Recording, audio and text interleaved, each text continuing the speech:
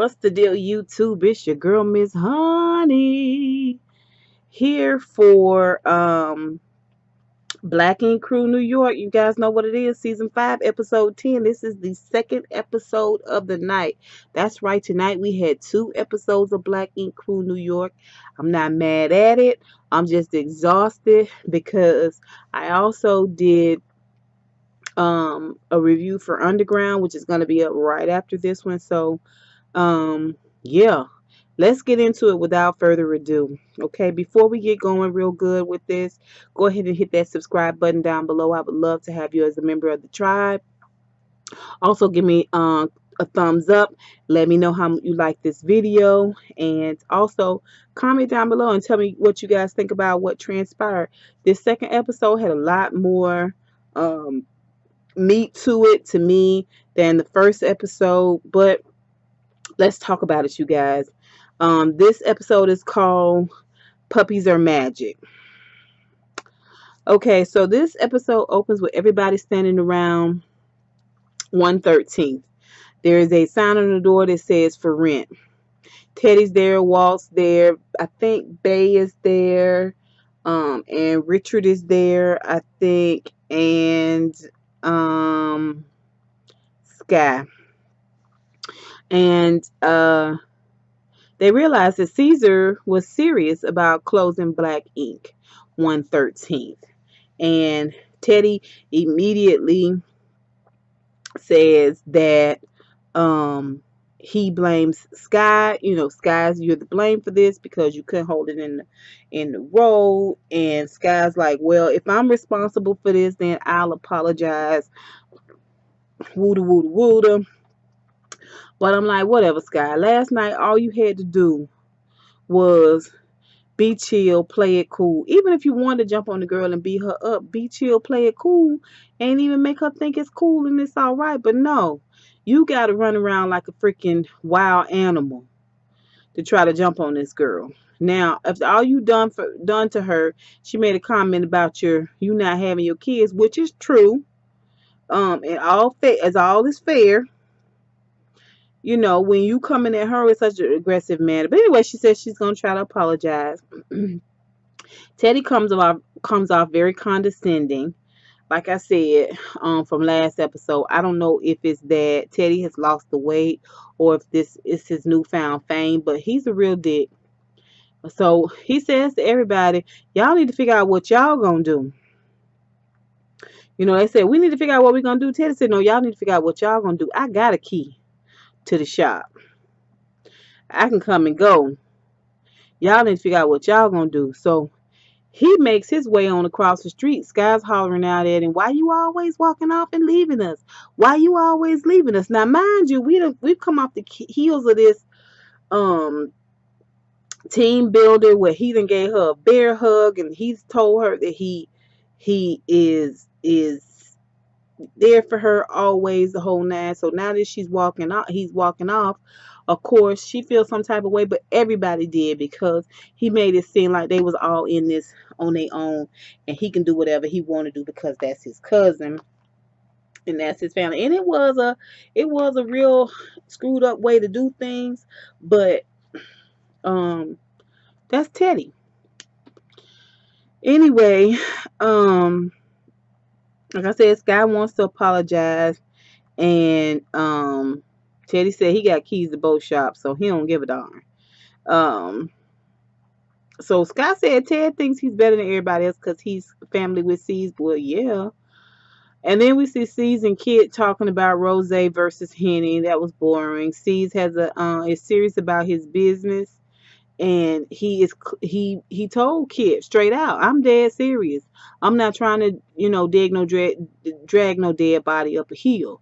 They don't want to be about business. They don't want to follow me in this vision. Then screw them, forget them. I you know what I'm saying? I can make this happen. Don't worry about it.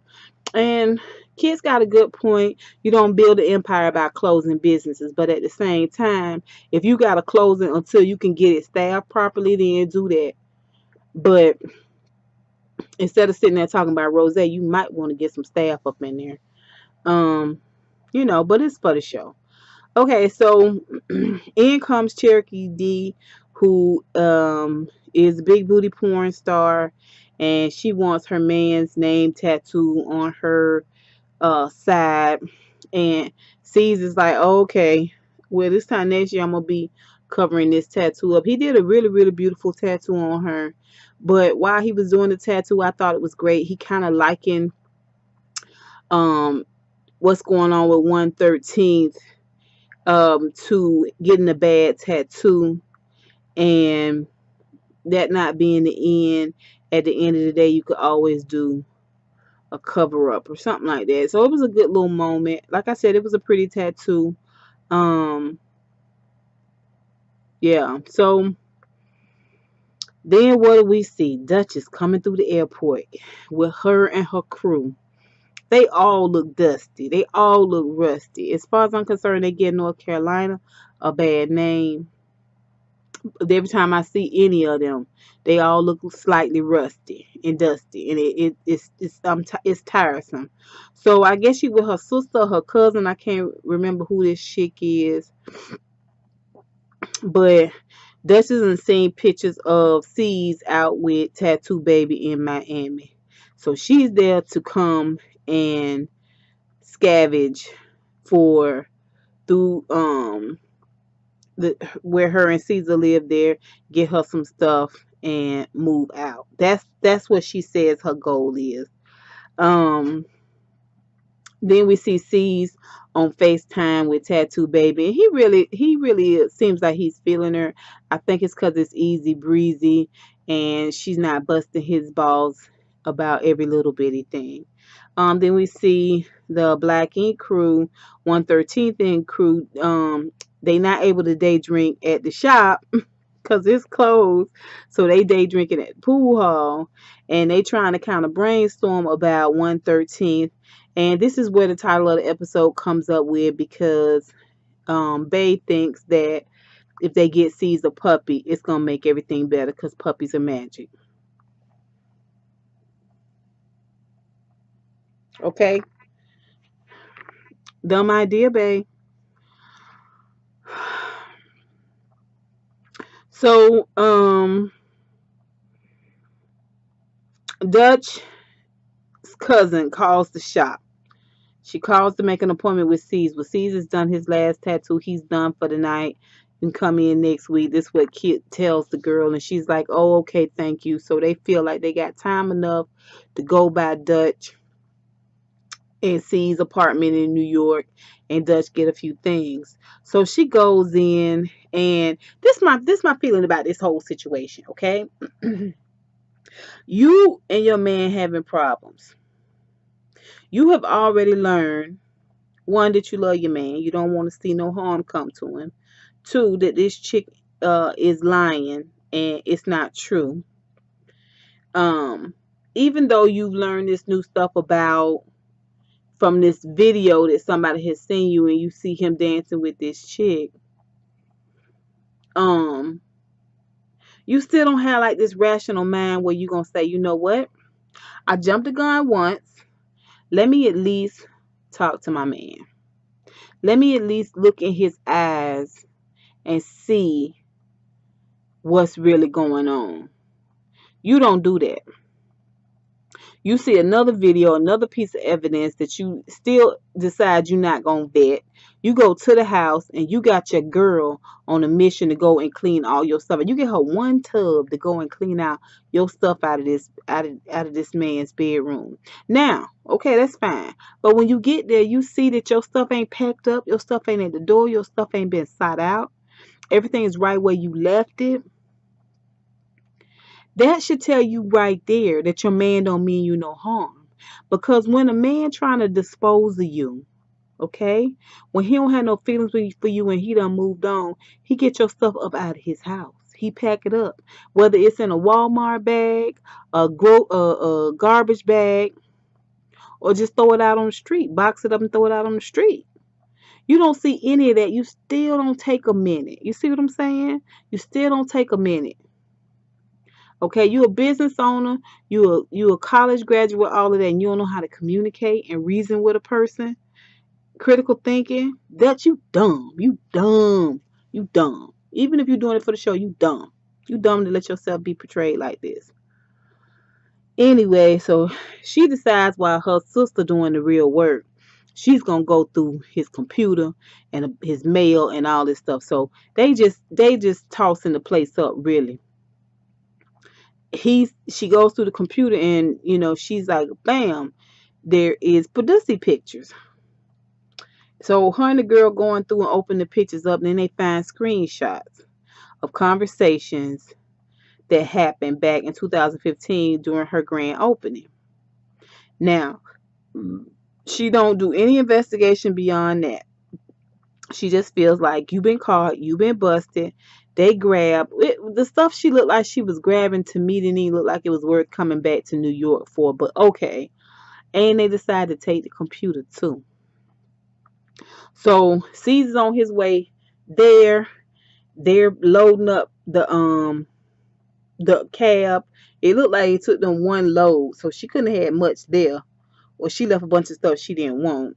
And as they're pulling off, Caesar's pulling up. I don't know. So, then we see Richard and Nikki. Richard is back. I mean, Nikki is back from the DR, and Richard is taking care of her. He decides not to tell her about 113 being closed, and he decides not to tell her about the group's investigation against her. And there's this like weak little conversation where she's slightly drugged, slightly dizzy and out of it, and we learn that she got her breast done. I mean,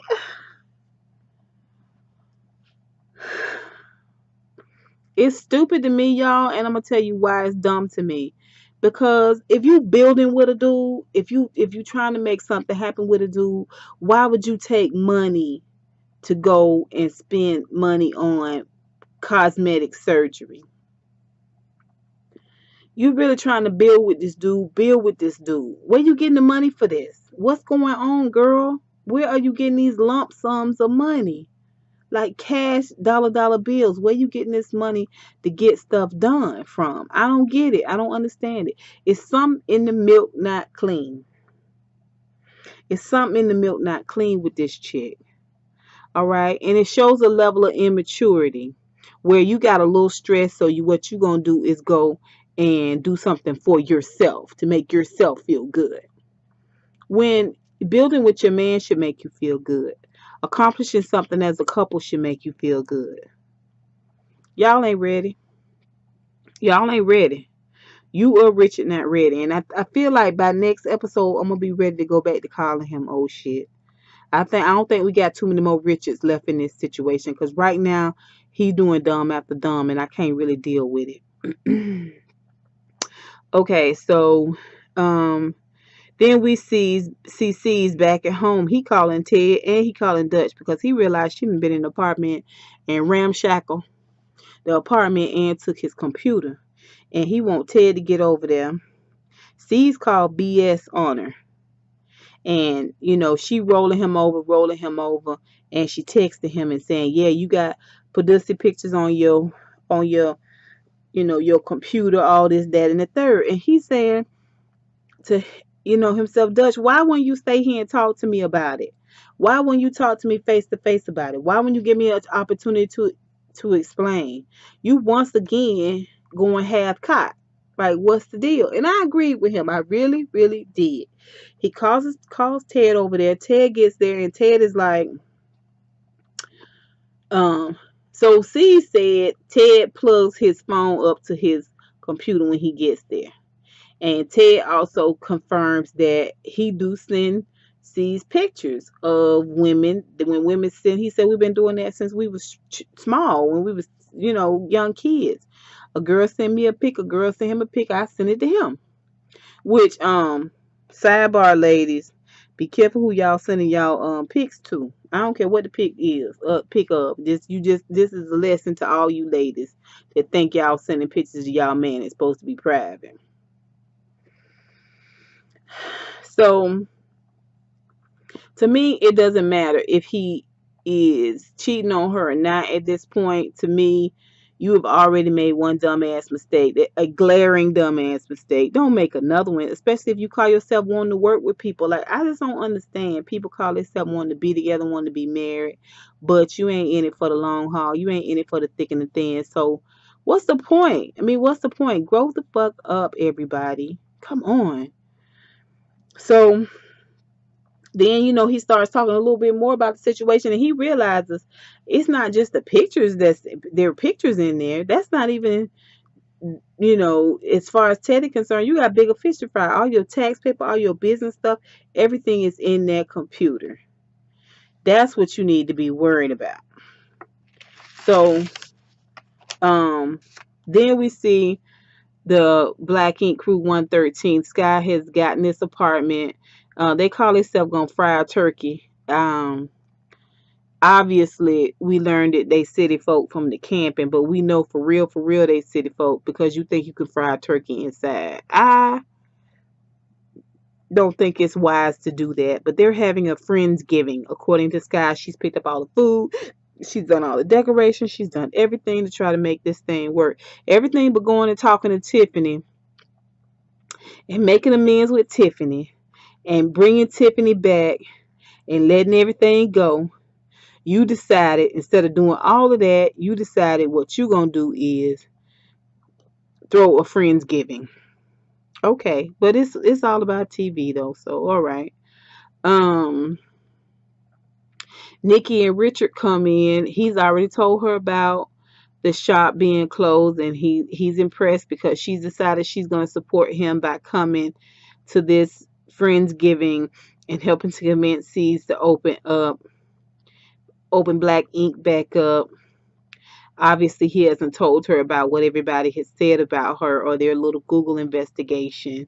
They find out that she got her breast done. She got some things done to her butt, but nothing like too serious. And I think she got something done to her belly.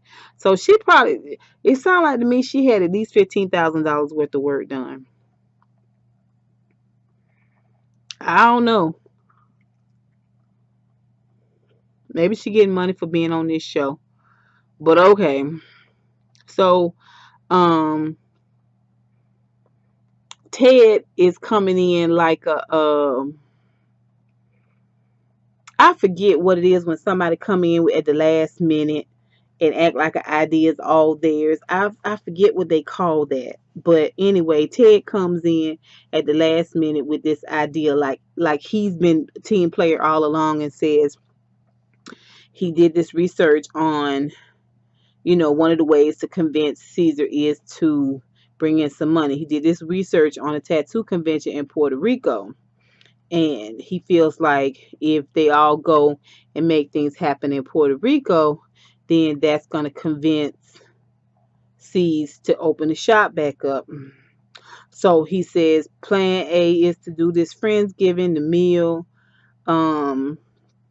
We're going to hit him with that. We're going to hit him with Puerto Rico, and then we're going to hit him with the opening up shop. And everybody's like, okay, cool. Sounds like a good idea. Well, Sky feels like she's being, trumped. She feels like he's one upping her. And she's already got some seed and anger for this dude anyway, because she feel like he always walking away from the group. And though that's what she hits him with. And the thing about Scott is that I realize she's a passionate person. I think she's of Latino descent. And people say they got real fire. They got a real fiery personality, very passionate personality. So all of that can be true. But the chick cannot have a civil conversation with anybody to save her life. Everything is on 10. Everything is right in people's face. Everything is so aggressive. It's verbally aggressive. It's physically intimidating. All of that. Now, he was hollering and screaming and shouting up. If he had hauled off and backhanded her, he'd have definitely been in the wrong, but she would have definitely have earned it. Now, some people going to feel some type of way when I say that, but at the same time, you don't stand up in somebody's face, male or female, spitting and sputtering and talking and carrying on, and you don't expect them to react a certain type of way. Like, conduct yourself in a manner that is calm and peaceful. And he said that, why you yelling though? Why you so upset though? Because I got keys. And she's just like, you always acting like you're not a part of us. You always acting like you better than us. And you know, I mean, but the conversation can't be received. She had a very valid point, but it wasn't received because of how she was acting, man. Like, I'm so over her. She goes from 0 to 60.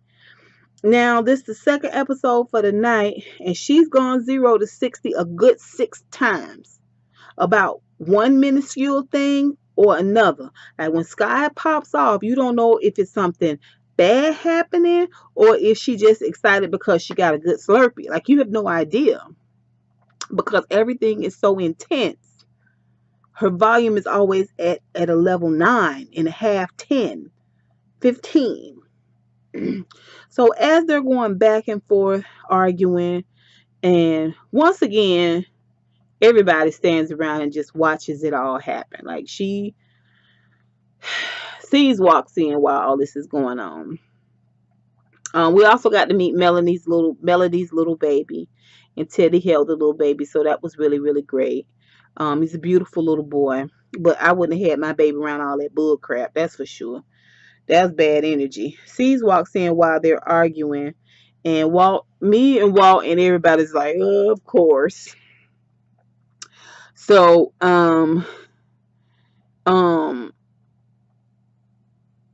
Cease walks in and he's like, okay, this is what I'm saying. This is exactly what I'm saying.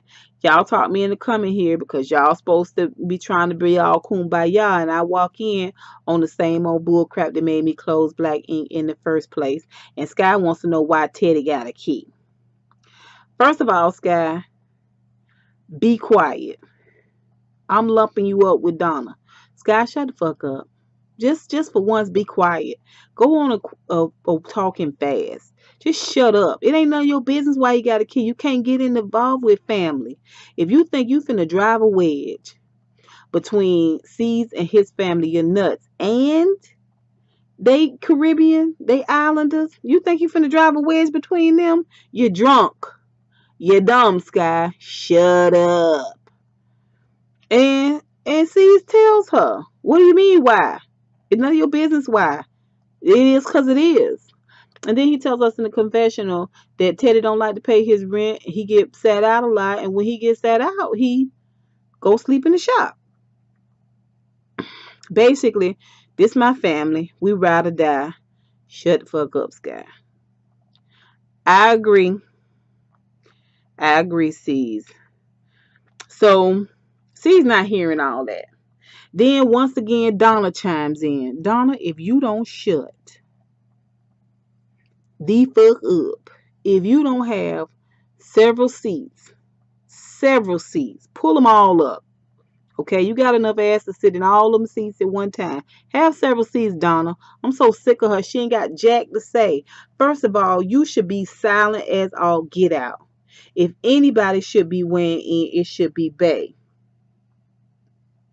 It should be Melody. But you, on the other hand, you shouldn't be saying nothing.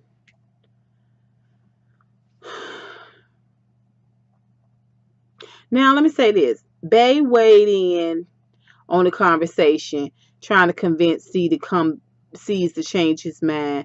And I felt like she was being a little disloyal to Tiffany, especially after Tiffany brought her in to meet her family, and she said she felt like Tiffany was her family now. To me, some of the stuff she was saying about Tiffany being some random chick, you let this chick come in and destroy us and separate us or something like that. I wasn't comfortable with that. And I guess, babe, you got to keep your job at the end of the day. Maybe you really don't know Tiffany like that. But at the same time, don't put them words out there if you don't intend to stand by them, if they don't mean nothing to you. That's what turns a person into being fake.